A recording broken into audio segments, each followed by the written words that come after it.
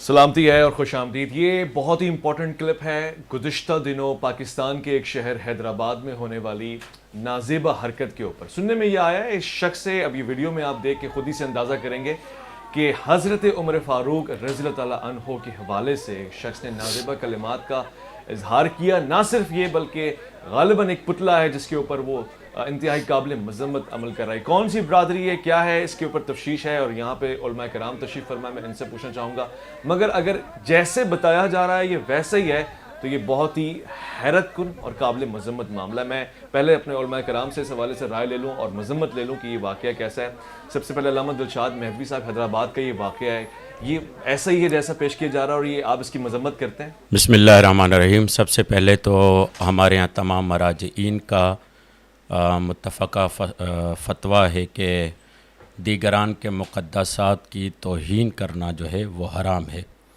باقی رہا سوال یہ، جیسے چند دن پہلے پنجاب میں ایک معاملہ ہوا تھا، 8 ربیع الاول جیسے ہی ختم ہوتی ہے تو 9 ربیع الاول کا دن ہمارے لیے عید کا دن ہوتا ہے، اس اعتبار سے کہ مختار نے جو قاتلین امام حسین تھے ان کو قتل کیا اور انہیں واصل جہنم کیا، تو اس میں ایک نمایاں نام عمر ابن سعد کا آتا ہے۔ عمر ابن سعد در حالانکہ مختار کے رشتہ داروں میں ہی ہوتا ہے۔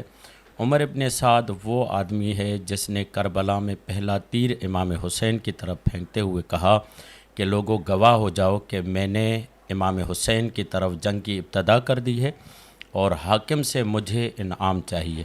یہی عمر ابن سعد ہے جس نے رائے کی حکومت کے لیے امام حسین سے جنگ کی، اور حالانکہ امام حسین آخری وقت تک انہیں دعوت دین اور دعوت ہدایت دیتے رہے، اور یہی عمر ابن سعد ہیں جس کو حضرت زینب علیہ صلوات اللہ تعالیٰ علیہ خطاب کرتے ہوئے کہتی ہیں کہ اے عمر سعد، تم دیکھ رہے ہو کہ میرا ماں جایا تمہارے سامنے ذبح ہو رہا ہے۔ وہ جس کی توہین ہو رہی ہے یہ وہی عمر ہے؟ جی، یہ وہی عمر ابن سعد ہے۔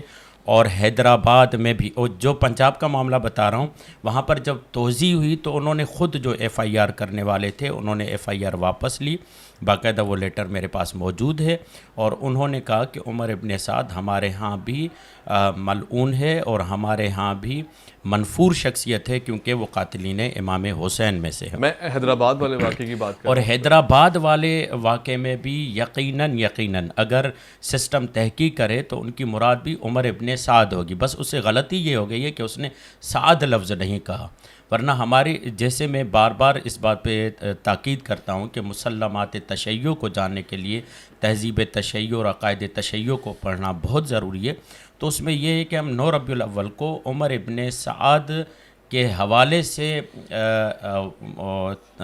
کیا کہتے ہیں اپنا اظہار نفرت بھی کرتے ہیں اور خوشی کا اظہار کرتے ہیں کہ اس دن جو ہے عمر ابن سعد جو ہے واصل جہنم ہوا تھا۔ اگر میں فرض کر رہا ہوں، اور مجھے بہت برا لگ رہا ہے یہ فرض کرتے ہوئے، مگر گمان کر لیتے ہیں کہ حضرت عمر فاروق رضی اللہ عنہ کے حوالے سے یہ ہے تو اس کی آپ مذمت کرتے ہیں؟ بالکل، اس میں جیسے میں نے ابتدا میں بتایا کہ ہمارے تمام مراجعین اس بات پر متفق ہیں کہ جو بھی مقدسات اہل سنت کی توہین کرتا ہے وہ حرام ہے، یہ فعل شنی اور فعل حرام ہے، یہ پسندیدہ فعل نہیں ہے۔ شدید مذمت ہوتی ہے شدید اگر یہ عمل مذمت ہے، ایسا بالکل شدید مذمت ہے، اس میں کوئی شک نہیں۔ مفتی عبدالقادر ہزاروی صاحب، آپ بھی تشریف فرمائیں، میں آپ کی موجودگی سے فائدہ اٹھانا چاہوں گا۔ یہ دونوں باتیں آپ کے سامنے، ایک تو عمر ابن سعد کے حوالے سے گفتگو ہوئی ہے کہ اگر ان کا ہے، ان پہ اہل سنت کا کیا موقف ہے، اور دوسرا یہ اس طرف سے اگر دیکھا جائے تو یہ قابل مذمت ہے کہ نہیں؟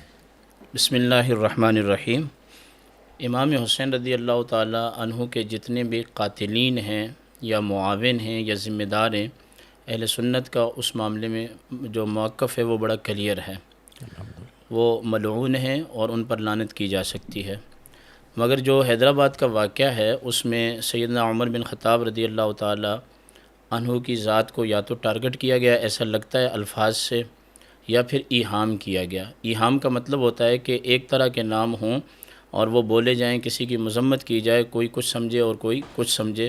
میں آپ کے پروگرام کی وساطت سے شیعہ برادری سے یہ بھی گزارش کروں گا کہ ایسے کچے بندوں کو اپنے اسٹیج کی زینت مت بنائیں، اور پھر میں ذاکرین سے بھی یہ گزارش کروں گا کہ آپ جب ناموں کو پڑھتے ہیں یا سمجھتے ہیں تو ان کو اچھے طریقے سے پڑھیں، سمجھیں، اور ان کے ساتھ ان کے والد کا اور پھر بھی اگر تھوڑا سی مماثلت پیدا ہوتی ہے تو باقاعدہ وضاحت کے ساتھ مذمت کریں، یہ نہیں کہ اٹھ کے ہم جو ہے وہ مذمت کر دیں۔ اور تیسری بات یہ ہے کہ میں حکومت کے ذمہ دار اداروں سے بھی میں مطالبہ کرتا ہوں کہ اس معاملے کی بالکل غیر جانبدارانہ تحقیقات کی جائیں اور جو بھی معاملہ ہو اس کو سامنے لایا جائے، اور اگر وہ شخص صحابہ کرام کی سیدنا عمر بن خطاب رضی اللہ تعالیٰ عنہ کی گستاخی میں ملوث ہے تو اس کو سخت سے سخت اور کڑی سزا دینی چاہیے تاکہ آئندہ اس قسم کی چیزوں کا سد باب ہو سکے۔ مگر میں مطمئن ہوں کہ وہ حضرت عمر بن خطاب کے بارے میں نہیں، وہ عمر بن سعد کے بارے ملعون کے بارے میں بات کر رہا تھا۔ یہاں پر مغالطہ ہوا ہے، جیسا کہ برادر عزیز نے بھی کہا کہ حکومت غیر جانبدارانہ ہو کر، کیونکہ تہذیب سیاق و سباق دیکھ کر وہ خود سمجھ سکتی ہے کہ اس سے مراد اس کی کیا تھی۔ اب اس غلط فہمی میں اس جوان کا نقصان نہ ہو جائے، اور اگر کوئی ایسا معاملہ ہے تو اس سے وضاحت لیں کہ آپ کی کیا مراد ہے، تو وہ خود بخود بتا دے گا۔ پیغام پہنچ گیا ہے۔ میں چاہوں گا کہ اس میں جو علماء کا موقف ہے وہی میری رائے ہے کہ پہلے تو جو قاتلان امام حسین ہیں ان سے تو برائیت کا اظہار کرتے ہی ہیں، کرتے آئیں گے، اور یہی اہل سنت کا خاصہ ہے۔